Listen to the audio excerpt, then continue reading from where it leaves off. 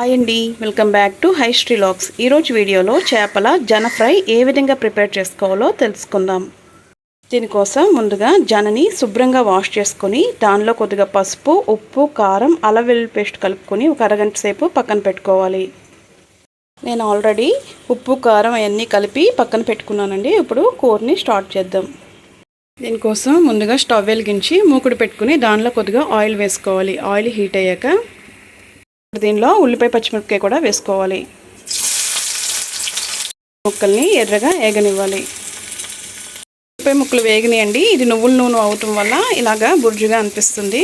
ఇప్పుడు మనం దీనిలో చేపల జన్ను కూడా వేసుకోవాలి. ఇలాగా కలుపుకుంటూ ఉండాలి.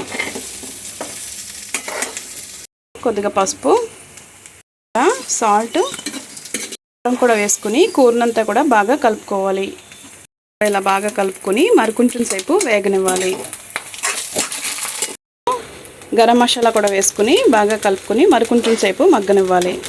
అల్లం వెల్లుల్లి పేస్ట్ వేయలేదండి. ఆల్రెడీ జనలో ముందుగానే కలిపి పెట్టుకున్నాం కాబట్టి అల్లం వెల్లుల్లి పేస్ట్ వేయలేదు. జన ఫ్రై రెడీ అయిపోయిందండి. ఇప్పుడు మనం స్టవ్ ఆఫ్ చేసుకుందాం. జన ఫ్రై రెడీ అయిపోయిందండి. మీకు కనుక ఈ వీడియో నచ్చినట్లయితే వీడియోని లైక్ చేయండి, షేర్ చేయండి, సబ్స్క్రైబ్ చేసుకోండి.